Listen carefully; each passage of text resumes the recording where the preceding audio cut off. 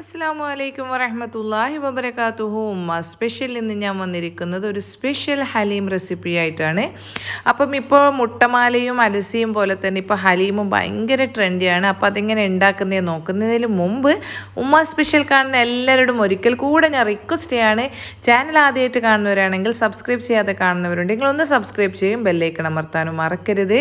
Video ഇഷ്ടപ്പെട്ടാൽ നിങ്ങളെല്ലാവർക്കും ഒന്ന് share ചെയ്ത് കൊടുക്കുക, പിന്നെ വീഡിയോ സ്കിപ്പ് ചെയ്യാതെ കാണണേ. അപ്പോൾ ഈ ഹലീമിന് വേണ്ടിയിട്ട് 4 തരം പയറുവർഗ്ഗങ്ങളാണ് വേണ്ടത്. ഒന്ന് നമ്മുടെ കറിപ്പരിപ്പ്, രണ്ടാമത് കടലക്കപ്പരിപ്പ്, പിന്നെ മൂങ് ദാൽ, പിന്നെ ചുവന്ന പരിപ്പ്, പിന്നെ നേരിയ അരി, പിന്നെ വേണ്ടത് കുത്തിയ ഗോതമ്പ്. അപ്പോൾ ഇതിൻ്റെ എല്ലാം കറക്റ്റ് മെഷർമെൻറ്റ് ഞാൻ ഡിസ്ക്രിപ്ഷൻ ബോക്സിൽ വെക്കുന്നുണ്ട്, അപ്പോൾ നിങ്ങളത് നോക്കിയാൽ മതി. അപ്പോൾ ഇതെല്ലാം ഞാൻ ഒന്ന് കുതിർത്ത് വെക്കാൻ പോവാണ്. അതിന് മുമ്പ് നന്നായിട്ട് സെപ്പറേറ്റ് ആയിട്ട് ഇതൊന്ന് കഴുകുക. അതായത് ഗോതമ്പ് സെപ്പറേറ്റ് കഴുകുക, ഈ പയറുവർഗ്ഗങ്ങളും അരിയും സെപ്പറേറ്റ് കഴുകുക. കാരണം എന്ന് വെച്ചാൽ ഇത് സെപ്പറേറ്റ് കുതിർത്തുന്നത് എന്തിനാണെന്ന് വിചാരിച്ചു കഴിഞ്ഞാൽ നമ്മുടെ ഗോതമ്പ് കുറച്ച് വേവ് കൂടുതലല്ലേ, അപ്പോൾ അത് ഒന്ന് സെപ്പറേറ്റ് ആയിട്ട് തന്നെ വേവിക്കാം, ഇത് വേറെ തന്നെ വേവിക്കാം.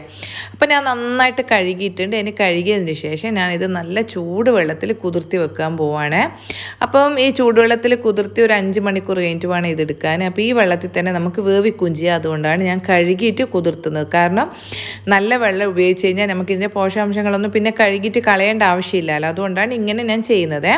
അപ്പോൾ ഇത് ഞാൻ കുതിർത്താൻ വെച്ചു. ഇനി ഞാൻ ബീഫിനെ കൊണ്ടാണ് ഇത് ഉണ്ടാക്കുന്നത്. അപ്പോൾ ഒരു കുക്കർ അടുപ്പത്ത് വെച്ചിട്ട് ഒരു 1/4 കപ്പ് ഓയിൽ ഒഴിച്ചു. എന്നിട്ട് അതിൻ്റെ അകത്ത് ഞാൻ ഒരു 3/4 കിലോളം വലിയ പീസാക്കിയിട്ടുള്ള ബീഫ് ചേർത്തിട്ട് നന്നായിട്ടൊന്ന് വഴറ്റിയിട്ട് അതിൻ്റെ കളറ് മാറുന്നത് വരെ എണ്ണയിലിട്ടിട്ട് നന്നായിട്ടൊന്ന് മൂപ്പിച്ചെടുക്കുക.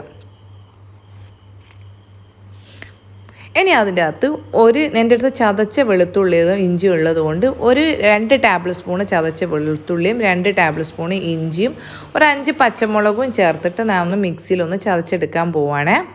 അപ്പോൾ ഇല്ലെങ്കിൽ ഒരു പീസ് ഇഞ്ചിയും പിന്നെ ഒരു കുടം വെളുത്തുള്ളിയും ചേർത്താൽ മതി. എന്നിട്ട് നമ്മൾ കുതിർത്തി വെച്ച് ഗോതമ്പ് ആ വെള്ളം പിന്നെ ആവശ്യത്തിനുള്ള വെള്ളം, അതായത് ഞാൻ കുതിർത്തിയ വെള്ളം അടക്കാണ് ചേർക്കുന്നത്. പിന്നെ അതിൻ്റെ അകത്ത് നമ്മൾ മുളക് പൊടി, മല്ലിപ്പൊടി, മഞ്ഞൾപ്പൊടി, ഉപ്പുപൊടി, പിന്നെ ചെറിയ ജീരകം, ഇതിൻ്റെ മെഷർമെൻറ്റ് ഞാൻ ഡിസ്ക്രിപ്ഷൻ ബോക്സിൽ വെക്കുന്നുണ്ട്, അപ്പോൾ അത് കണ്ടാൽ മതി. പിന്നെ ഈ ചതച്ച് വെച്ച ഇഞ്ചിയും വെളുത്തുള്ളിയും പച്ചമുളകും ചേർത്ത് ആവശ്യത്തിന് ഉപ്പും പിന്നെ നമ്മൾ പൊരിച്ച് വെച്ച ഉള്ളിയും കൂടെ ചേർത്തു. ഇത് ഞാൻ ഇതിന് വേണ്ടിയിട്ട് പൊടിച്ച ഒരു ഗരം മസാലയാണ്. അപ്പോൾ അത് ഞാൻ ഇതിൻ്റെ ലാസ്റ്റ് വീഡിയോ കറക്റ്റ് എങ്ങനെയാണ് പൊടിക്കുന്നതെന്ന് ഞാൻ കാണിച്ചു തരുന്നുണ്ട്. അതുകൊണ്ട് നിങ്ങൾ സ്കിപ്പ് ചെയ്യാതെ വീഡിയോ കാണുക. അതും ഞാനൊരു 2 ടേബിൾ സ്പൂൺ ഇട്ടിട്ട് ഞാൻ നന്നായിട്ടൊന്ന് വേവിച്ചെടുക്കാൻ പോവുകയാണ്. അപ്പോൾ അത് കുക്കറിൽ വേവിക്കാൻ വെച്ചു. പിന്നെ വേറൊരു ചെറിയ കുക്കർ എടുത്തിട്ട് നമ്മുടെ ഈ പയർ വർഗ്ഗങ്ങളൊക്കെ അതിൻ്റെ അകത്ത് വേവിക്കാമെന്ന് വിചാരിച്ചു. ആ കുതിർത്തിയ വെള്ളത്തിൽ തന്നെ കേട്ടോ ഞാൻ വേവിക്കാൻ പോകുന്നത്. അതിൻ്റെ അകത്ത് കുറച്ച് ഉപ്പും ഒരു 1/4 ടീസ്പൂൺ മഞ്ഞളും ചേർത്തിട്ട് ഇതും വേവിച്ചെടുക്കാൻ പോവാണ്. ഇപ്പോൾ 2 സെപ്പറേറ്റ് വേവിച്ചു. ഇനിയിപ്പോൾ നമുക്ക് പിന്നെ ഗോതമ്പ് നന്നായിട്ട് വെന്തിട്ടുണ്ടെന്ന് തോന്നുന്നു. അപ്പോൾ നന്നായിട്ട് വെന്തിട്ടുണ്ട്. ഇറച്ചിയൊക്കെ ഒന്ന് നോക്കട്ടെ. അപ്പോൾ നല്ല വെന്തിട്ടുണ്ട്. ഇനി നമുക്ക് എന്ത് ചെയ്യണം, ഇതിനെ നന്നായിട്ടൊന്ന് മിക്സ് ആക്കിയിട്ട് നമ്മളിതിൻ്റെ അകത്ത് ഒരു ബീഫ് ടേസ്റ്ററാണ് ഞാൻ ഇടുന്നത്. ചിക്കൻ ടേസ്റ്റർ വേണമെങ്കിൽ ചിക്കൻ ടേസ്റ്റർ ഇടുക. എന്നിട്ട് ഒന്ന് മന്ത് വെച്ചിട്ട് നന്നായിട്ടൊന്ന് അടിക്കാൻ പോവാണ്. ഇതെൻ്റെ അടുത്ത് മെഷീൻ മന്ത് ഉണ്ടായതുകൊണ്ട് കുഴപ്പമില്ല. ഇനി നിങ്ങളെടുത്ത് സാധാരണ നമ്മൾ പണ്ടെല്ലാം അലസ അടിക്കുന്ന മന്ത് ഉണ്ടെങ്കിൽ അത് ഇട്ടിട്ട് നന്നായിട്ടൊന്ന് അടിച്ചതിന് ശേഷം നമ്മൾ വേവിച്ച് വെച്ചിരിക്കുന്ന ഈ പയറുവർഗ്ഗങ്ങൾ ഇതിൻ്റെ അകത്ത് ഇടുക. എന്നിട്ട് നന്നായിട്ടൊന്ന് മിക്സ് ആക്കുക.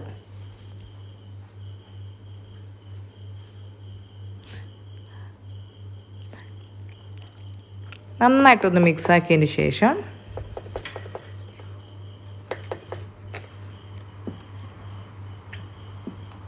എല്ലാം കൂടെ ഗോതമ്പും മട്ടനെല്ലാം മിക്സ് ആയതിന് ശേഷം ഞാൻ ഇതിൽ നിന്ന് പകുതി എടുത്തിട്ട് ഞാനിത് തണുത്തിട്ട് ഫ്രിഡ്ജിൽ വെക്കാൻ പോവാണ്. പകുതി എനിക്കിപ്പോൾ ആവശ്യമുള്ളൂ. അപ്പോൾ ഞാൻ ഉണ്ടാക്കുമ്പോൾ തന്നെ കുറച്ച് കൂടുതൽ ഉണ്ടാക്കിയിട്ട് വെക്കും. അപ്പോൾ കാരണം എല്ലാവർക്കും ഇഷ്ടമാണ്. അപ്പോൾ ഉണ്ടാക്കണ്ടല്ലോ. നല്ല തണുത്ത് ഫ്രിഡ്ജിൽ വെച്ച് കഴിഞ്ഞാൽ നമുക്ക് 1 ആഴ്ച 2 ആഴ്ചയൊക്കെ കഴിഞ്ഞിട്ട് നന്നായിട്ടൊന്ന് ചൂടാക്കിയിട്ട് എടുക്കുകയാണെന്നുണ്ടെങ്കിൽ നല്ല ടേസ്റ്റ് ആയിട്ട് ഇപ്പം ഉണ്ടാക്കിയ ഹലീമ പോലെ ഉണ്ടാവും. അപ്പോൾ അത് ഞാൻ പകുതി മാറ്റി വെച്ചു. ബാക്കിയുള്ളതിൽ ആവശ്യത്തിന് വെള്ളമൊക്കെ ചേർത്ത് കുറച്ചൊന്ന് ലൂസാക്കി, നമുക്കൊരു ഹലീമിൻ്റെ ലൂസ് അറിയില്ലേ, ആ ഒരു കൺസിസ്റ്റൻസി, അതായത് നമ്മുടെ അലസേൻ്റെ എല്ലാം പോലെ ആക്കി കുറച്ച് നന്നായിട്ട് ലൂസാക്കണം കേട്ടോ. നന്നായിട്ട് ലൂസെല്ലാം ആക്കിയിട്ടുണ്ട്. ഇനി ഇത് എല്ലാം കൂടെ ഒന്ന് മിക്സ് ആക്കിയിട്ട് ഒന്നും കൂടെ ഞാൻ മന്ത് വെച്ചിട്ട് അടിക്കാൻ പോവാണ്.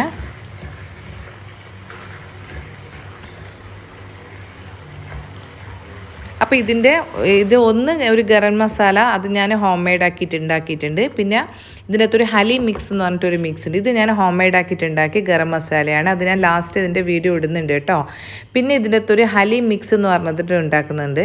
ഇതാണ് ഹലീം മിക്സ്. ഇത് ഞാൻ ഷോപ്പിൽ നിന്ന് വാങ്ങിയതാണ്. ഇത് ഹലീം മിക്സ് എന്ന് പറഞ്ഞാൽ ഷാൻ്റെ കിട്ടും. അപ്പോൾ അത് കിട്ടിയിട്ടുണ്ടെങ്കിൽ നിങ്ങളത് വാങ്ങിച്ചിട്ട് അതൊരു 2 ടേബിൾ സ്പൂൺ ഇപ്പം ഞാൻ ചേർത്തിട്ടുണ്ട്. നമുക്കൊന്ന് നന്നായിട്ട് മിക്സ് ആക്കിയിട്ട് വേണമെങ്കിൽ ഒരു ടീസ്പൂണും കൂടെ ചേർക്കാം.